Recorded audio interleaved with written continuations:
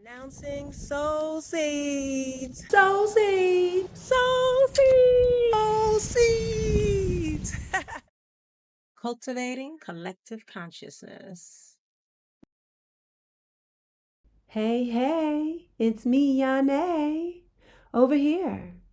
I'm doing a voiceover because, well, I was so excited recording this episode and so excited about introducing y'all to the super awesome Indiana Susaña that I forgot to check the mic. And don't you know, the mic was off?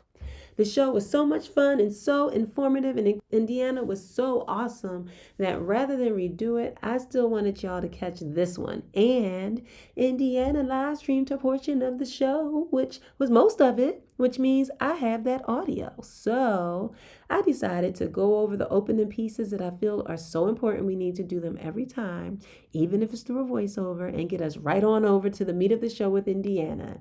And I think this will be fun too. I feel good about finding a solution and not getting upset at all, y'all. Like, I did not get upset. I'm enjoying myself. Okay, so let's go. Of course, I start with collective breathing. With my feet firmly planted, this also keeps me feeling grounded in my excitement. I raise my arms, we breathe in, and then we breathe out as I lower them. This also helps me feel a connection with you because in my mind's eye, I see you doing it with me. So let's do that together now if you want.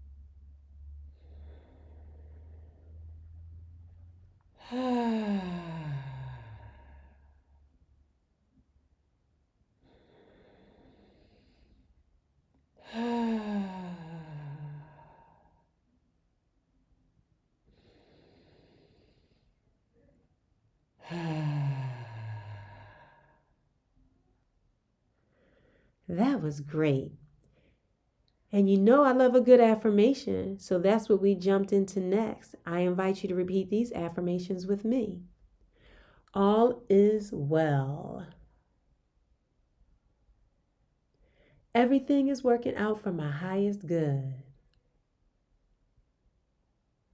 Out of this situation, only good will come.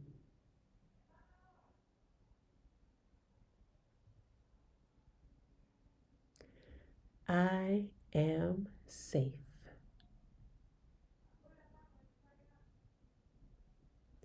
And of course, there's my personal motto. All things come together for my good, for I am called according to my purpose. So feel free to say that with me too. All things come together for my good, for I am called according to my purpose. Let's get it. Announcing Soul Seeds. Soul Seeds. Soul Seeds. Soul Seeds. Cultivating collective consciousness. Now it's time for ground rules. I talk about these in more depth than I intended in the pilot, so feel free to go back there and hear the details, but I think you'll get the gist of this list. 1, we gonna be nice in here, period. We are all here to learn together, which takes us to 2. We make space for all entry points. I'm hoping Yoruba priestesses and babalaos will watch this, and people who ain't that, like me, and also people who ain't even heard of those terms before. I want us all to feel fully welcome. 3, I will not be going into people's inboxes and messaging them to remind them about these shows. If you're interested, go to yahnendgo.com and click Join the Indigos, and then I will send you reminders because you told me you want to get them. I'll also let you know when I drop a song or piece of writing because they coming, y'all. 4, this is a co-learning space. I'm excited about what Spirit has revealed to me, and I want to share that information. Also, I really want to learn so much more, and that's the whole purpose of this show, which I will get to in a second, for us to learn and grow together. Which leads us to 5. No pedestals up in here. Enough said there. 6. This is a space that welcomes and honors the power of vulnerability and transparency. And 7, be ready to dance. In fact, let's move.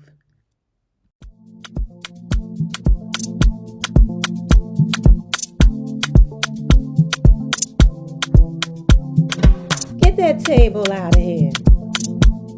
Move it. Woo!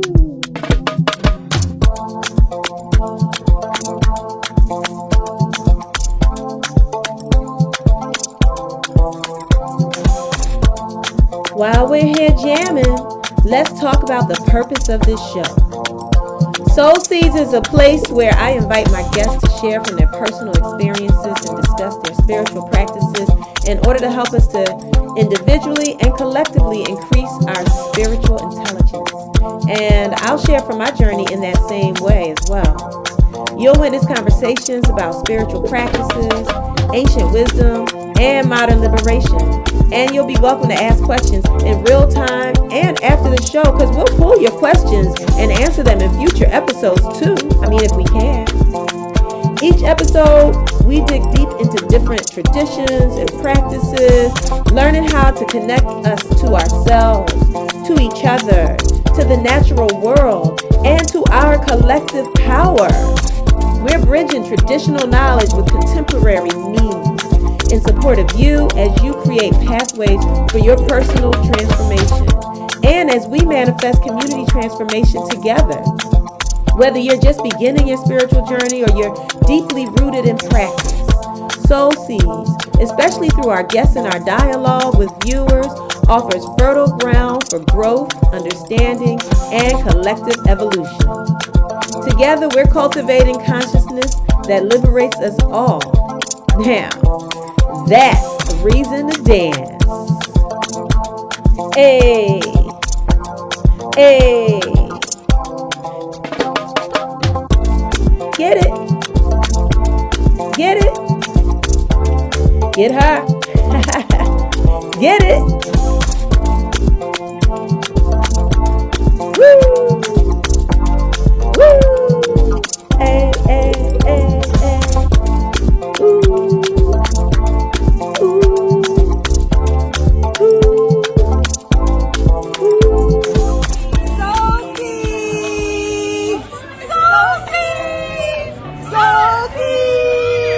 Soul Seeds. Cultivating collective consciousness.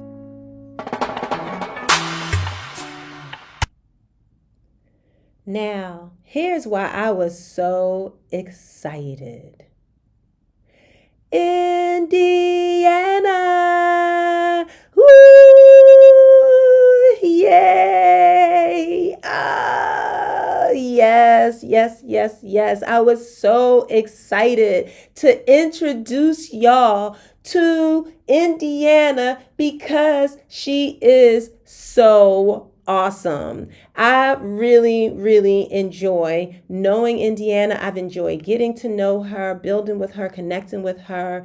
And there's so many things that I really enjoy about Indiana, but 2 things in particular that I really, really want to speak about. One is that she is so gifted. When we first met, she did a reading for me. She didn't know anything about me. Like, I met her one day, got a reading from her the next day, and her reading was so on point, so helpful. And since then, I have been able to just get to know her, connect with her, and see her amazing spiritual gifts, as well as hear about the ways that she has been able to bless so many other people before I ever met her and the person who introduced her to me. And so I just see her gifts and her talents, and I also see her earthiness, her groundedness. She's just so approachable. She doesn't elevate herself and condescend. She doesn't look down her nose. She's just really personable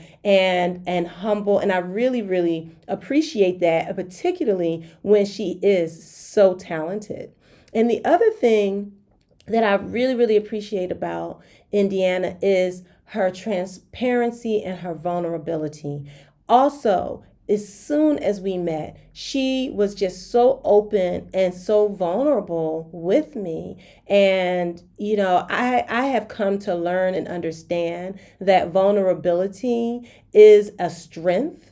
And have been able to witness that strength in Indiana. And so I'm really, really excited about the ability to witness her with you all. And so luckily, she, as you can see, started recording. And so we'll be able to hear from her right now. Segment of the show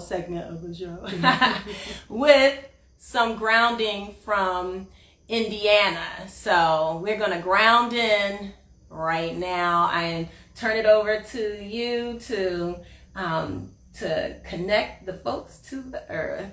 Absolutely. First of all, thank you for the opportunity of being here and being a part of Soul Seeds, and just your genuineness is so beautiful to connect with someone that is as genuine as you, with so much background of knowledge, resource, and expansion of so much, but yet such a humble, genuine person. And very authentic as well. So I appreciate connections like that. So I would say, to get started, I want to encourage you all to just close your eyes. And the reason why I like to encourage closing the eyes is because it allows us to really be within, really disconnect from everything else that's around us, and allow us to really connect within ourselves. And bringing that connection into our breath, taking long, deep breaths in through the nose, and exhaling with force to allow all that tension to be released. Taking in another long, deep breath. Exhaling with that force. And then one more long, deep breath. Exhaling with force. And then allow yourself to just breathe normal, at your natural breathing pace. Connecting to your breath, truly feeling the essence of your breath flowing through your body. Allowing yourself to feel the earth beneath your feet. Allowing yourself to feel your body underneath your hands, wherever you may have them placed. Bringing yourself into presentness of this very moment.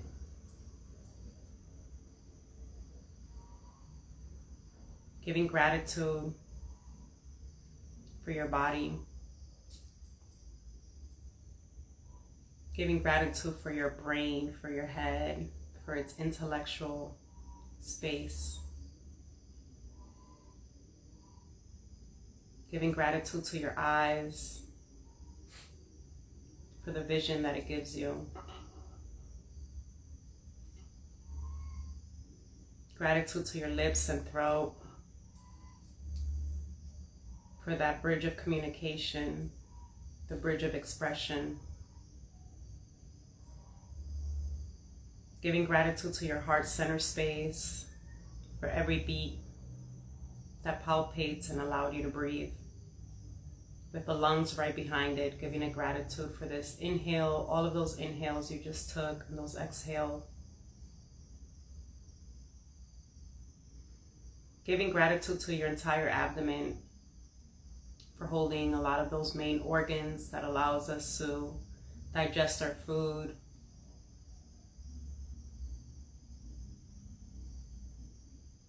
The hormones transfer to be going on.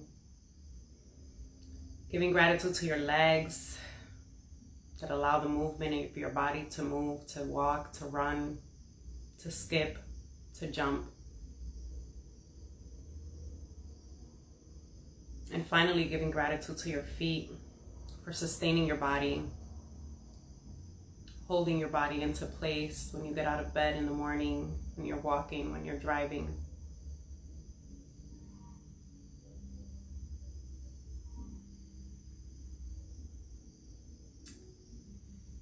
And that should bring us into more presentness of being here and being more present in this space. Awesome. Thank you for that. Thank you. Thank you so much. And so I would like to dive right in and just kind of like get a little bit about like your path, like your journey that led you into the work that you do, that we'll, dive immediately after into like some conversation about. So yeah, could you just like tell us like where it started and how it went? Well, it's been quite some time since the journey began for me, way back in, I would say 2010, or give or take. Because my daughter was about 2 years old, and at the time I was a complete atheist. I stopped believing in God when my parents divorced at a very young age, at the age of 9. And so if it wasn't science, it wasn't real. And if I couldn't touch it or feel it, it wasn't real. Like, it just like, no, I don't believe in ghosts. I don't believe in energy or anything of that nature, let alone a God or a devil per se, right? And so I lived the majority of my life living like that. However, I was always feeling a void. And even though I was successful, I had good jobs, I had a good group of friends, I had support around me, there was always this void inside of feeling empty, feeling like there has to be more to life than just working and being a mother. When I became a mother, and becoming a mother was a big motivation for me, because I was like, how can I be present in a happy, joyful way for my daughter to have an example as when I feel empty inside, I feel sad, I feel beyond depressed. And I couldn't figure out what was going on with me. And when I went to the doctors, that's what I was told. They were like, well, you have this disorder and that disorder and everything all compiled of like anxiety and depression and PTSD. But as disconnected as I was from believing in something bigger, there was always this feeling of following through what I felt inside. And there was never a feeling that I should go on medication to get rid of this anxiety, get rid of this PTSD, get rid of this depression. There was just something within me just didn't fit right with that. And especially because I had friends who were on medication, and after the medication, they were like walking zombies. And I was like, yeah, this is just not for me. And so I just kind of went on about life like this until a friend of mine came along. And this is why I'm such a huge believer of the law of attraction, because with the law of attraction and the law of vibration, it's like whatever you're vibrating within, you're going to attract to you. Right. So as much as I was vibrating this depression and this anxiety, there was a bigger, forceful magnitude vibration within me that wanted to know more about life, wanted to connect more to life and figure out a different way. And so a very dear friend of mine, close to my heart, who I now consider my godfather, came into my life around the year 2010 and began to teach me about the importance of quieting the mind, began to teach me meditation, began to teach me about the angels, the guardian angel, the archangels, the ancestors, and different things like this. And of course, me being a non-believer, I was like, a guardian angel? What the fuck is this guy talking about? Like, here we go with all this taboo stuff like the churches do. And so I put up a task for myself, which was that my father became ill. He was diagnosed with prostate cancer. And so I kind of put it out there, and I was like, if this is real, if the angels, quote unquote, are real, then y'all are going to heal my father. And so every day I lit a candle and I stepped into this space that became like my sacred space, or like what's known to some people as an altar. And I every day would just thank Archangel Michael for healing my dad, and thank you Archangel Raphael for being there for my dad and healing him. And about close to 3 weeks later, my father, I was talking to my dad and he was like, yeah, I got back from the doctors and they can't find the prostate. Like, it's just, my prostate has inflammation in it, but there's no cancer attached to it. And so this began my journey for me. It sparked something in me that I was just like, whoa. So that's super interesting. It's like, I didn't know that story. So I'm really, thank you for sharing that story. And, one of the things that I think stood out for me on that story is the practical part of like the action that you took. So a lot of times people will do that and they'll say they'll say a prayer or like say this or do this thing, and then they wait and watch. And I think that an important piece that I want to point out is that you actually, even though you weren't in belief at that moment, you actually engaged in actions that connected with the request. Right. So you didn't, even though you had like, you were suspending you were in the act of suspending your disbelief, but you did action that went with that. I think that's a really, the action piece, a lot of people, there's like that faith without actions conversation, but I think understanding what actions look like when it comes to, spirit and how to connect with spirit is like an important piece. So absolutely. Yeah, thank you for sharing that story. So what happened next? Well, that began to develop a belief in me that there was something bigger than just being a human, and that ghosts at the time is what I used to call them were real. And so it just developed a journey of me beginning to practice more quieting the mind, beginning to practice different forms of meditation, especially the ones connected to the breath, because the breath for me has always played a key role in the fact that life itself cannot be without your breath. And once I had started to really incorporate this understanding of science into the spiritual portion of it, I developed a lot of practice of breathing meditation, feeling how my breath will feel through my body. Like, can I just breathe with flow, and I can really feel that flow of the breath continuing to flow through, or was it more of a space of like, I'm breathing and it's getting stuck here, and if it's getting stuck, why? And working through that. So I started to learn the chakras, understanding what each emotion that connected to each chakra. A lot of things started to evolve. Eventually, I started playing with oracle cards. With oracle cards, there's always a little message on there versus a tarot card. You have to just know, what's your high priestess and this and the other. And so with the oracle cards that I was working was with the Archangel oracle cards. And I want to say fast forward about a year later, the Reiki card kept coming up. And I used to be a chain smoker, by the way. So I used to smoke Newports. They were like my best friends, okay? So Newports and alcohol were my best friends for coping with anxiety, with PTSD, any of that nature, any of those low feeling, depression, alcohol, vodka, and my Newports. And so I was a chain smoker. I would smoke about 3 boxes of cigarettes a week. And I started getting this Reiki card on my deck that I had already owned for quite a few months. I had never seen that card. And so I started Googling what this Reiki stuff was. Couldn't really find much information that really gave me a lot of clarity. And so I decided to just kind of leave it out there to the universe. I started putting out wishes out to the universe, where it was like, hey, if this is really meant for me, it'll show up. I'm gonna stop looking. I'm tired. Yeah, that flow. That's right. That flow. Yeah, just letting things flow. Wish when you're in that transition of like being a believer and being a non-believer and going into being a believer, that flow can be very hard because you're so used to controlling everything. You're so used to having to manipulate everything to happen, you know?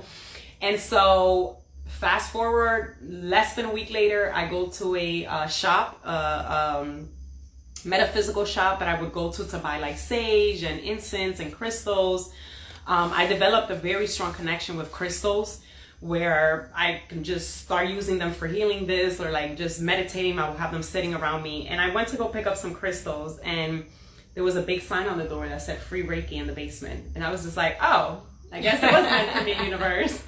And so I went and I experienced the Reiki, and it was life-changing for me. It was like one of those experiences where I had to open my eyes, like, what the heck are these people doing to me? Because it felt like this table was just spinning in circle.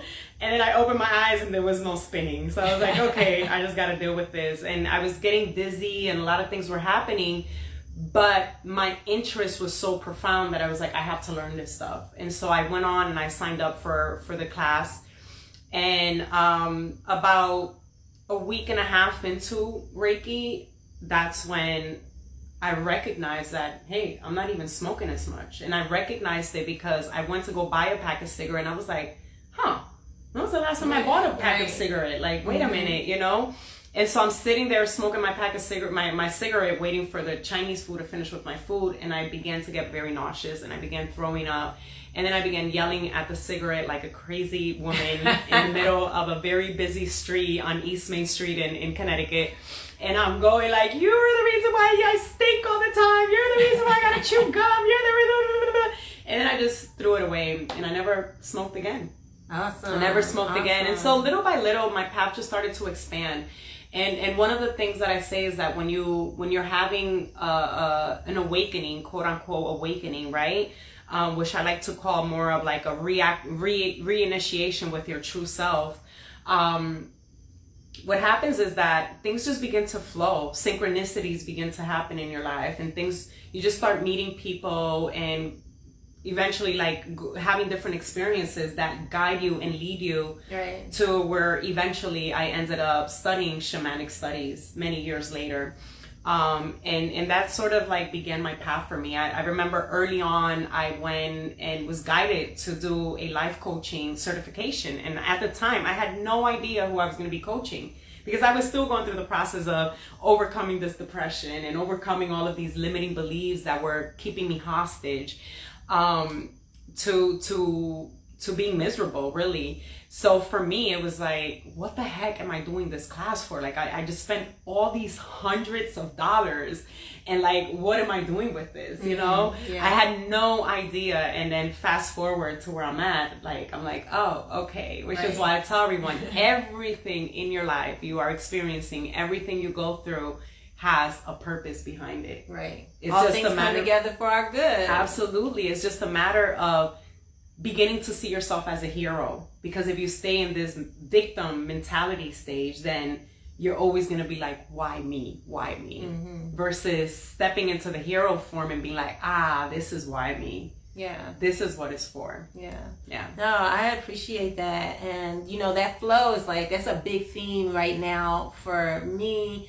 The importance of like not forcing, and, you know, and like flowing and also not hoarding, but like flowing, just letting things move and the faith that comes with that. And Absolutely. I talk about that. Yesterday, I actually did a shop live with Carepreneur Circle. And that can be seen on Facebook. It can be seen on, I think on my TikTok. No, it's just I know it's on Facebook. Anyway, you know, I don't want to dive into that now, but there was like a lot of conversation about that flow that I think I really appreciated having the opportunity to share. So I really would, I really encourage a person, if you're interested, if you're watching the show and you're interested in these kinds of conversations, to check out those comments that I made about flow on that show yesterday. But right now, what I would like to do is I would like to just get into what your actual practices are. So now that you've kind of gone through this journey that's taking you from like, you know, the altar and praying with the altar, and then, you know, getting the oracle cards, and then going from there, you know, to learning about Reiki and the energy and breath work and light work, and then your shamanic practices, and, you know, combined with your life coaching. Now, what are you doing as a practitioner? Wow. So as a practitioner, there's so many different, I call it like the buffet of tools, because there's so much that I offer, right? But I'm learning within myself in the past year, really, where the services that I offer, which are the ones that are more useful for the public, which one are the ones that seem to be more practical for the public to really have a result. Because I do tarot readings, and that's great and dandy, yet with a tarot reading, it's like a temporary, quick answer to a lot of questions that you may have, uncertainties that you may have, but it doesn't bring you a transformational solution. Whereas with the coaching, where I am doing coaching, one-on-one coaching, I'm able to really sit one-on-one with the person and take them through a 3-month journey. And in this 3-month journey, we really hit points to all of the goals that the person have, whether it is overcoming imposter syndrome, whether it is not being seen, wanting to be seen because they're always caved in and not being able to show themselves, wanting to be more accepted. And these are goals that people come to me with, yet when we start sitting down for coaching, we really get through to the root cause of what is causing this, right? Mm-hmm. And so I take them through the 11 steps of sovereignty coaching, which in this methodology, we go through all of the steps of like bringing the mind to stillness, where is this imposter syndrome really coming from? Where is this want to be accepted really coming from? What are the limiting beliefs behind that? What are the things that you need to overcome? How is this in relation to your body, what you're eating, the diet? How does this affect? Because what we eat, really does have an effect on our moods, really does have an effect on our energy, really does have an effect on our sleep. And then therefore it has an effect on our spirituality as well. It's like the whole Trinity. I always talk about the Trinity. You have the mind, the body, the spirit. Mm-hmm. And within all of that are the vibrational of your emotions that guide everything.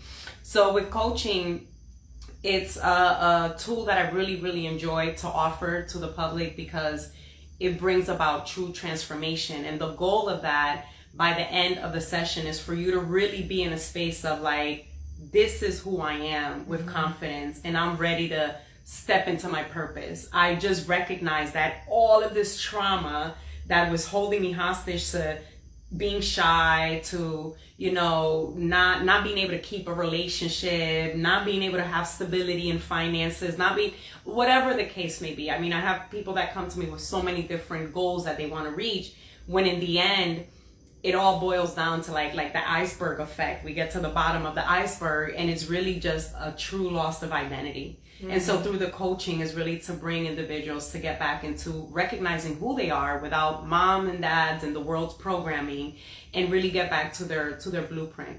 Yeah. Along with the coaching, then there's also the retreats that I absolutely love to do and host. And with the retreats, there's all of the coaching combination, but then there's a lot of hands-on, where it's like with the coaching, we're doing a visual live Zoom call or video call, but in the retreat, we get to action. We get to actually sit down and really do breath work together, really do the Qigong, really do the yoga, experience some of the plant medicines that I've trained to be able to provide for people, like the combo, which is a very sacred medicine from the Amazon jungles that comes in to detoxify the body. Okay, so slow down. So, so there's the Qigong. What is that? Qigong is a form of movement, a form of exercise that involves movement of the body with energy. So you're connecting with the life force energy and really feeling it and moving it around in your body. It's a practice that I've been hearing about for so many years, and I finally surrendered to give it a try and step out of yoga, because everything for me was like always yoga, dancing, which I absolutely love to dance. It's one of my favorite forms of like moving energy in the body. Yoga I love because it brings you a lot of awareness into the body, of understanding like, okay, wait, I need to bring more oxygen into my knees, or I need to bring more oxygen into my lower back and my posture and this. Whereas the Qigong is a combination of the yoga and the energy. So yes, you're becoming aware of your body, but you're also becoming aware of the energy. Like you can actually feel the vibration and the movement of the energy that's flowing through your body, that life force energy. Nice, awesome. Oh, I gotta check that out. All right, I gotta write that on my list right there. Let me write that down. Qigong, is that how you say? CHI Gong. Yeah. Okay, all right, that's on my list. And now you said something else. You said you talked about the Qigong, and you said, the yoga, and then you talked I should have wrote it down. That's why that card's there. That there was something else. I was like, you're saying too many things. I gotta stop you. So you were, but so then go ahead. Since I can't remember, you're just talking about like the retreat and how you're able to do these things together in person. So that's what you were talking about. Right. Why you really love the So retreat. one of the things that I offer all individuals that I work with is that anything I'm offering is because I personally experienced it. I personally went through it. It was impactful for my journey and transformational for my journey. So I offer it to those that feel called and aligned to the same connection of transforming and stepping into discovering themselves more. And so through my journey of shamanism, when I first began learning about shamanism, there was a lot of energetic work. So a lot of like really connecting to your own energetic field and extracting, exercising different energies, different traumas from your body and things of that nature. And then it wasn't until later on where I was introduced to combo. I was introduced. That was the thing that you mentioned. So talk a little bit about that. What is combo? So combo is an Amazonian medicine that's known as like the vaccine of the jungle. Okay. And so what combo does is that it comes from a frog, and it is like the poison of the frog. And so the shamans who are trained and specialized to do this, and I do my best to always connect with shamans who are really holding space of respect for the frogs and treating them with respect. They get the venom from the frogs, and then this venom is then applied onto the skin. So I have some marks here, and they're kind of like fading away. You can't really see because of the lighting, but you can see somewhat the dots here. Yeah. And so the skin is burnt, and then the medicine is placed on the skin, on the open wound of the skin. Within about 20 seconds to 30 seconds from that moment, you begin to experience rapid heartbeat, you sweat, some people experience the shiver. So it's a very physical effect that you have. And so there's a lot of peptides that are activated in the body. Mm-hmm. So you begin to release all of the toxins that are in your body, trapped in your body. And sometimes the toxins may show up as emotional. Sometimes they may show up as a physical. Sometimes they may show up as mental fogginess that may be happening. And so all of these physical effects that you're feeling, the shivers, the quivers, the sweating, the heartbeat, the swelling of the face, sometimes they call it like the frog face, because your face gets so swollen that you get the lips like really big like the frog, and the poofy eyeballs and the big ears. And then at some point you either vomit or you go to the bathroom, or both may happen, or none may happen, because I have had combo experiences where I'm screaming and kicking because there was anger within me that needed to be released, and now the combo is here to collect all of that from my energetic field, from my physical field, and purge it out. And so the combo is a really beautiful, sacred, and practical medicine to integrate with, especially when you're going to sit with plant medicines like ayahuasca, or like the mushrooms, or like peyote, or like, San Pedro. I mean, there's so many plant medicines. So if you name them, you gotta say a little something about them, okay? Because this is a learning environment, right? So you talked about ayahuasca.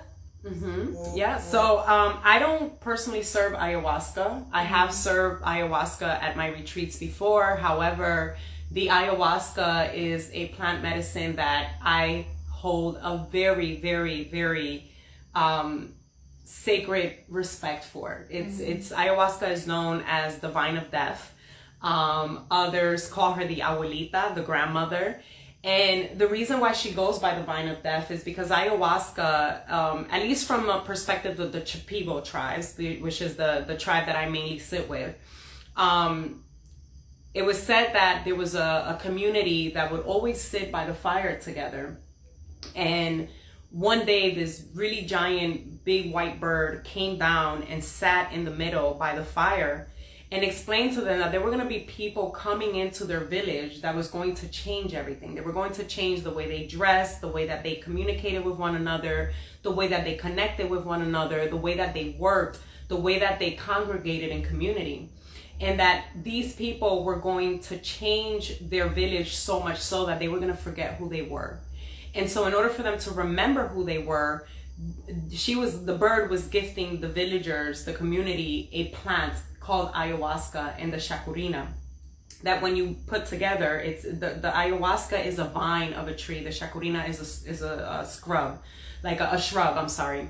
And so when you mix these two and make a tea from it, it makes the ayahuasca tea brew. And so when you drink this, what happens is that the ayahuasca really takes you on a very deep journey of allowing you to see all the crap that has allowed you to forget who you are at your core, while also showing you your power, showing you your strengths, showing you your greatness. And this medicine is extremely transformational.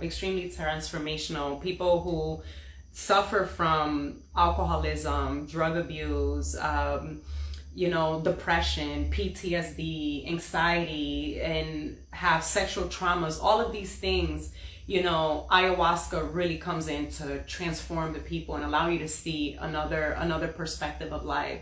When I first sat with ayahuasca, I was going through a lot of mother wounds, a lot of issues with my mother. I mean, my mother and I always bumped head, like for as long as I can remember.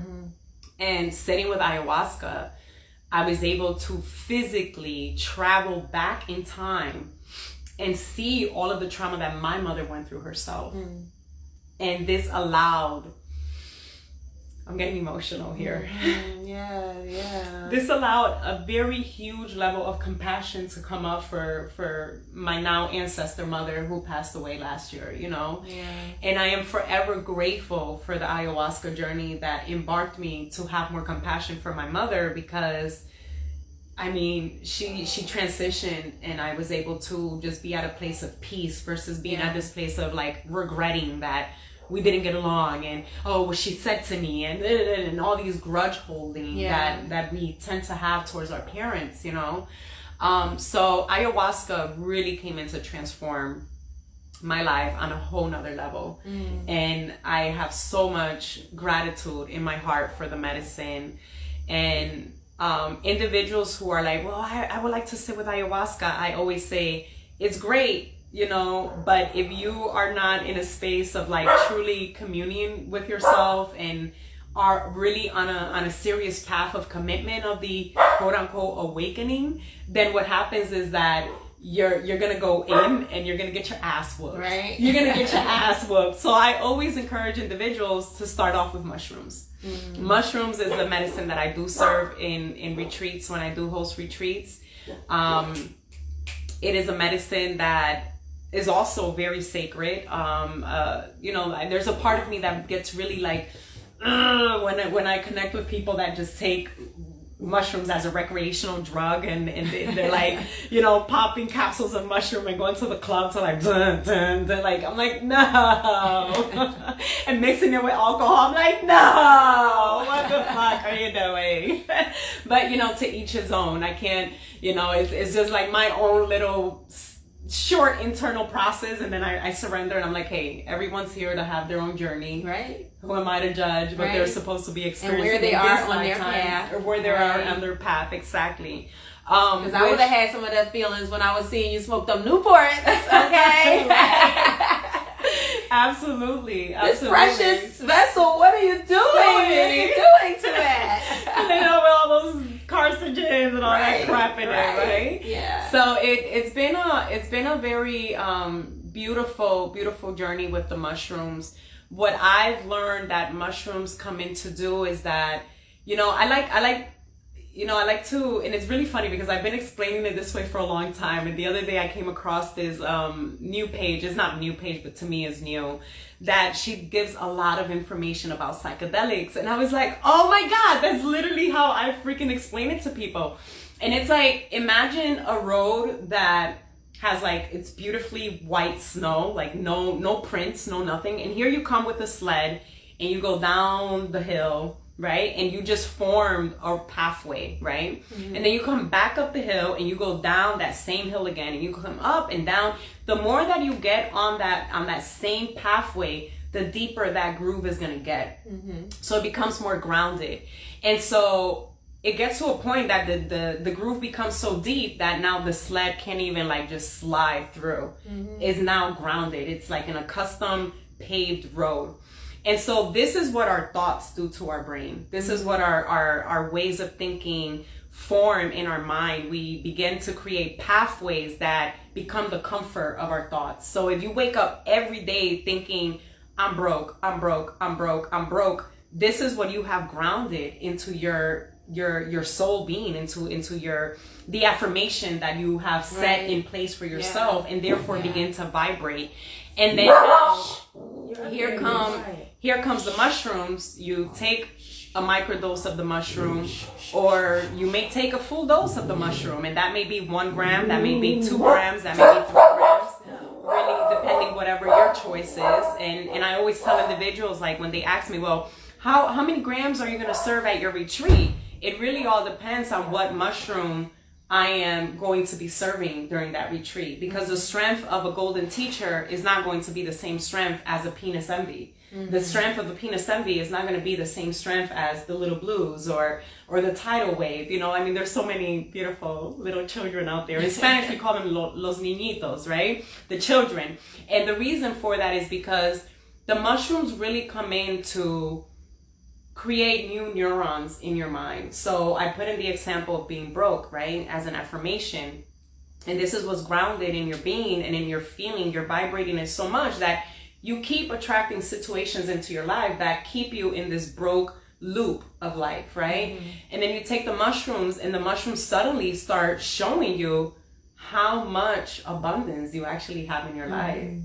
And start showing you how much you yourself are the flow of money. You are that currency. You are what creates the money into your life with the things that you do and what you engage with and interact and what you put out there, right? Like what value are you bringing out to the world that in return is bringing you that money? Yeah, or wealth, whatever wealth. Right? And, you know, and it's funny, like when my mushroom experiences, I feel like it really, for me, really like deepens my connection to nature. It expands the connection to nature. So like I have like, oh, I love the trees. I love the animals. I love, you know, all of these natural, other parts of nature that like we are part of nature.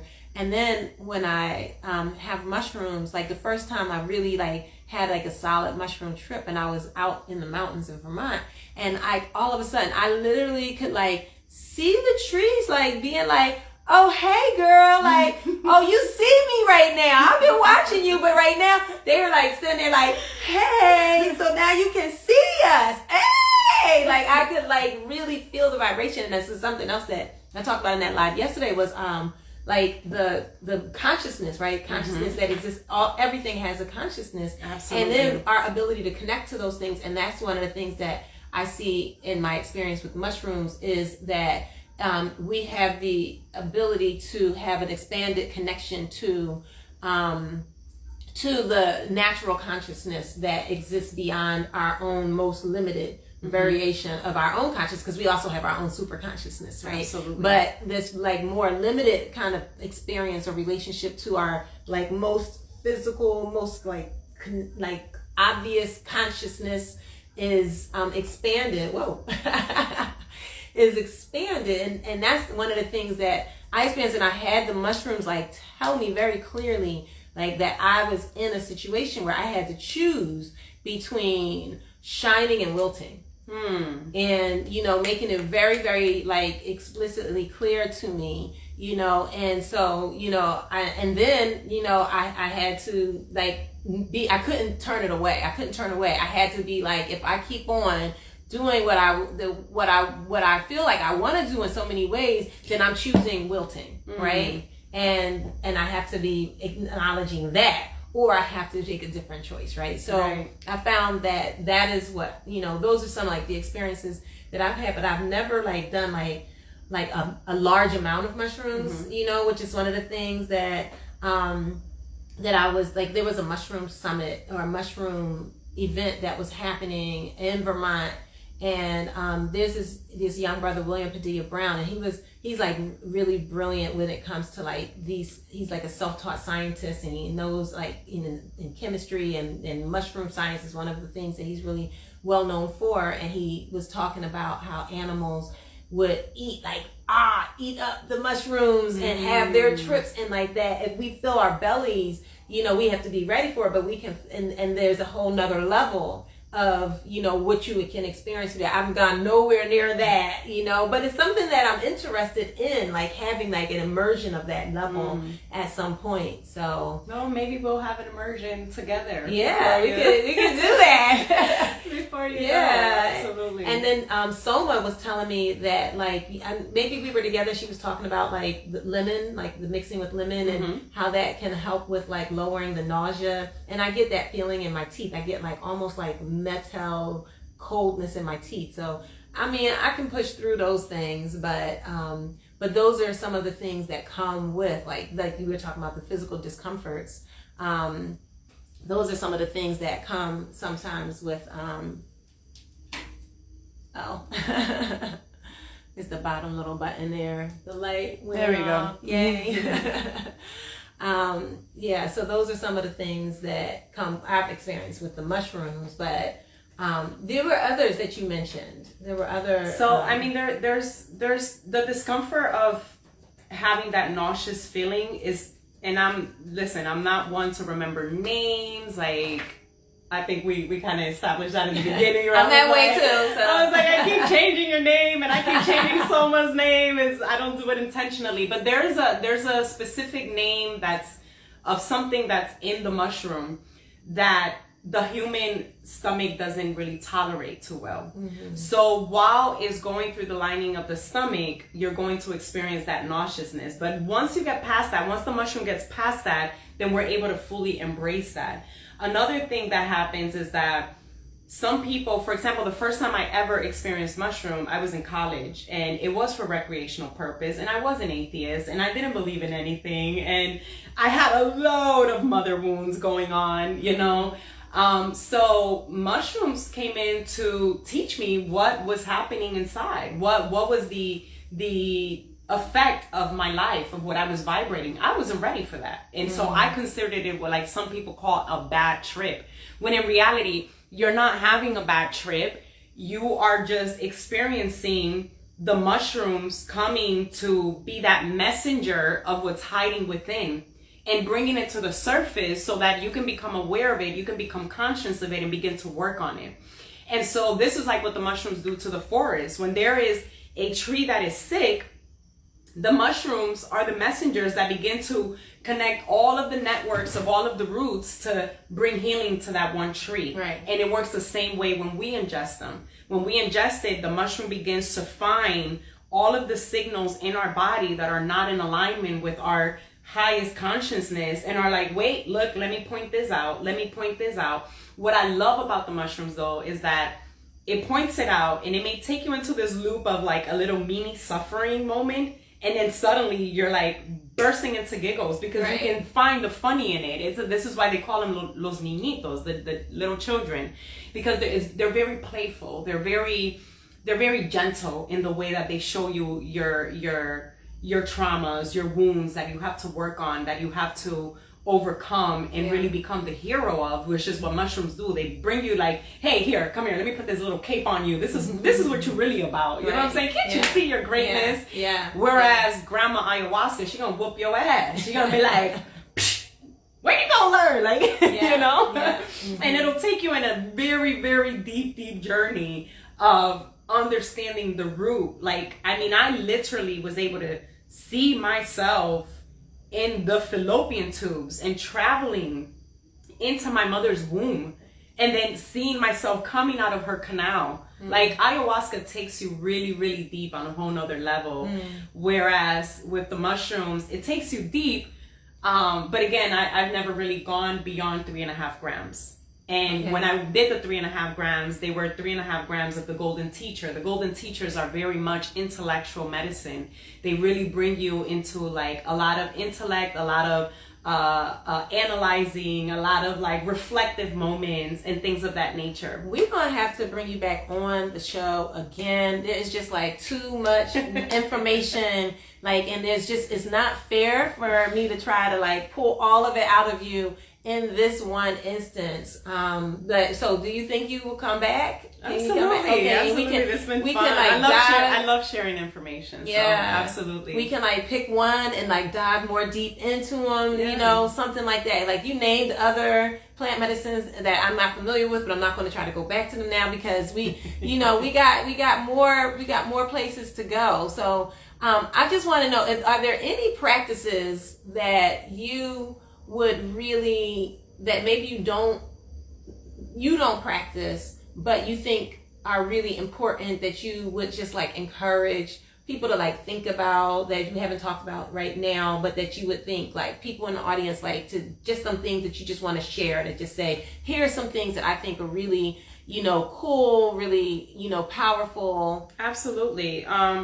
One of the things that I would start off with saying before I dive into practices is that when I first began my path, for me, it was all about, oh, I got to connect to this deity and I got to connect to this angel and this and this and this and that. I am a true believer that there's no need to go back and change anything. Everything happened exactly how it needed to be in divine order, divine timing. However, if I can go back and start over, I would say that my biggest practice would be connecting to self, connecting to my highest consciousness, and then understanding from there that I have the power, I have the potential, I am a goddess, therefore I can create, I can manifest, and now I can connect to other deities to bring in that support that may be needed for my path. But I don't practice any specific path of spirituality in the sense of like, there's people that are devoted of the 7 African powers, the Santeria. There are people that are devoted to like all the saints of the voodoo practice. There are people that are devoted to like the Hinduism. There are people that are devoted to Buddhism. I've practiced all of them. You know what I mean? I find that as a collectiveness of oneness, there is a purpose in every single path. In every single path, even in Christianity, because Jesus is my best friend. Like that's my homeboy. You know what I'm saying? But I don't consider myself a Christian. You know what I mean? So me and Jesus be in a corner twerking sometimes. Like I'll be like, listen, man, like you really gotta teach me this unconditional love for this person right now, because I'm getting ready to punch this motherfucker in the face. Okay, don't punch him. And Jesus be like, my sister, my daughter, come here. Let's just twerk it out real quick. Let's go into a belly dancing group. I'm gonna give you what you need. Right. So this is here to teach you this, So I don't practice any specific religion. I consider myself a spiritist. As a spiritist, espiritista, we, as a espiritista, kind of dive into a little bit of everything. So for me, when I started my path, it was a lot of the 7 African powers, connecting with Yamaya. A little bit after Yamaya, later on came Elegua into my life. A little bit after Elegua came Oya. A little bit after Oya, I got connected with Ochun. With a lot of people also know me as Yamashun, because I'm very big on Yamaya's energy and Ochun's energy. They're both deities of the water, goddesses of the water, but they both play a different role in what they do, Right. But then you may find me in moments of like some deep, heavy, energetic stuff that needs to be released, calling on Kali from India, like Kali, like she don't play, calling on Ganesha, so really I couldn't really tell anybody about a specific path to look into, because it's what is called to you, what is called to you. However, no matter what is called to you, understanding that it's important to remove all of the taboo that has been placed on us to, well, this is good and this is bad, this is evil. Like, I heard so many horrible things about voodoo. Especially the Haitian voodoo, and living here in Dominican Republic and being surrounded by so many beautiful, amazing Haitian voodoo priestesses, and like there was so much healing in voodoo, and there was so much greatness in voodoo and so much love. It's really just a perspective of who is channeling and what are they channeling and what level of consciousness of energetic spirits are they connecting to do whatever it is that they're going to bring about, you know, because I've been to churches where the pastor is only there for the money and is there literally sleeping with members from the church.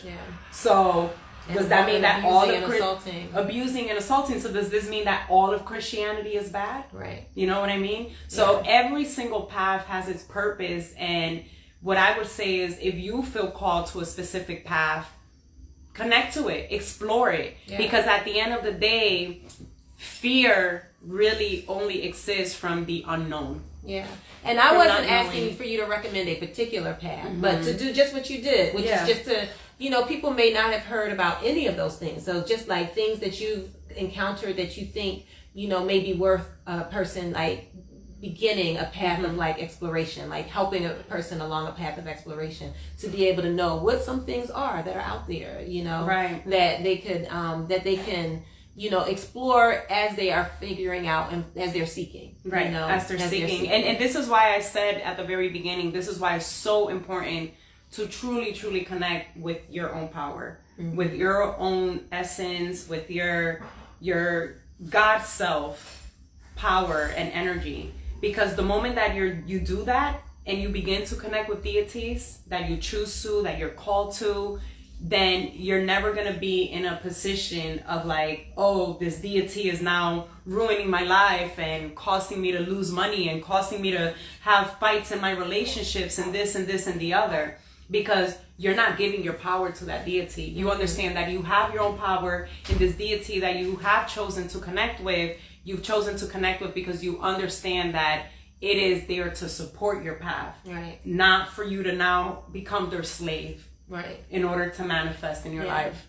I put on the screen your socials there, both of our socials. I want to draw people's attention to your socials. So your Instagram social, raring_cobra, your Facebook, which is your name, Indiana Susaña, and then your YouTube, which is the Creator's Portal of Knowledge, right? Yes. And also want to just like bring attention to your Zelle. If anybody wants to just appreciate the time that you offered here, your knowledge, your wisdom, and your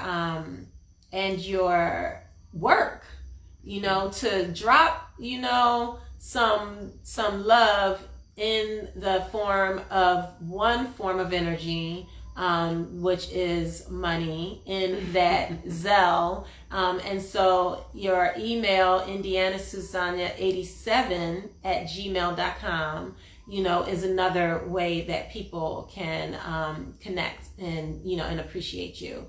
So thank you. Yeah, please.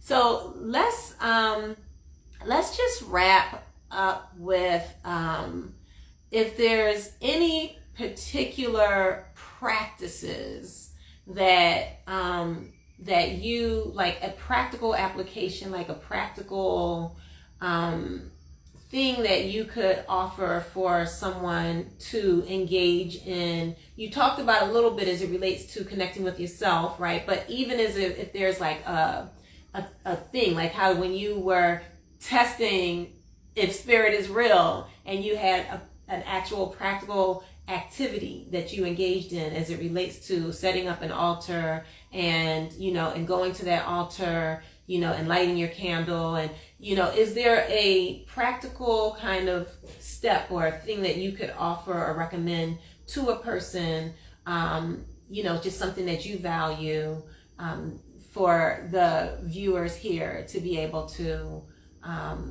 step into, to consider? So we started off with a meditation, and I specifically walked y'all through going through the steps of gratitude for yourself. You know, so many times we are so outside of ourselves. Oh, I'm thankful for my house. I'm thankful for my job. I'm thankful for the car. But what about thanking you? Thanking your brain, thanking your eyes, your nose, your ears for listening, your mouth, your throat, your heart, every single organ that's in your abdomen, your hips, your knees, your feet, your legs. And really just putting that into practice on a day-to-day basis really does shift the vibration within you. And I would say that would be the main one. Another one that is coming up like very strong right now is, and I talk about this in my book, that the limiting beliefs can hold us back from so much at times that we don't even realize that we are the only thing keeping us hostage from moving forward into the direction that we want to move into. And we step into this space of being a victim because of the limiting beliefs that we have and that we entertain in our mind. So I would ask y'all, you know, what is the one thing in your life that you're wanting to really, really manifest and are struggling in manifesting, right? And then ask yourself, what are the thoughts, the words that you speak about when it comes to that thing that you want to manifest? And once you figure that part out and you have recognized that, hey, I want to manifest a new home, let's say for example, but all of the affirmations that are behind manifesting that new home is, I can't seem to get a loan, my credit score is too low, or whatever it is. Recognizing those limiting beliefs and then switching them around to something more positive. Like, I am approved for a loan. I don't know how or when, but I am approved for a loan. I am a first-time homeowner. I own my home. And not only just saying it, write it down, but record yourself, because there's a power about listening to your own voice when you are doing affirmations. Record yourself saying those affirmations. And then when you're going to sleep at night, fall asleep listening to your own voice saying those affirmations about what it is you're looking to manifest. Love that. Love those suggestions. So we have, you know, expressing gratitude to your own self, to that body which carries you, to your mind, your creativity, to yourself. Expressing your own gratitude is an amazing, beautiful, practical exercise. And also identifying your limited beliefs. So it sounds like maybe writing down your limited beliefs and then rewriting them as affirmations that you want to manifest, but those manifestations having happened, right? That's the part that I'm also hearing. So that you write your affirmations down, record them to yourself, and play them for yourself at night. Two beautiful, lovely, practical things that you can do in order to elevate your own life with the spiritual. Love that. Thank you so much. You're welcome. Much. So I just want to thank you for coming here and being, you know, a part of Soul Seeds, being my first ever guest. Woo! And so I want to end this by dancing. Now, you and I both love to dance. So, you know, I want to dance. I'm going to play. So this track is a track that that Crossroads is working on for me. It's not finished, but it's going to be for a song that right now, I think this is the name, is called The Doo-Doo. And okay. Yes, so I'm gonna move this table back and get us started on some dancing. Yes, check out the socials right here. Hey.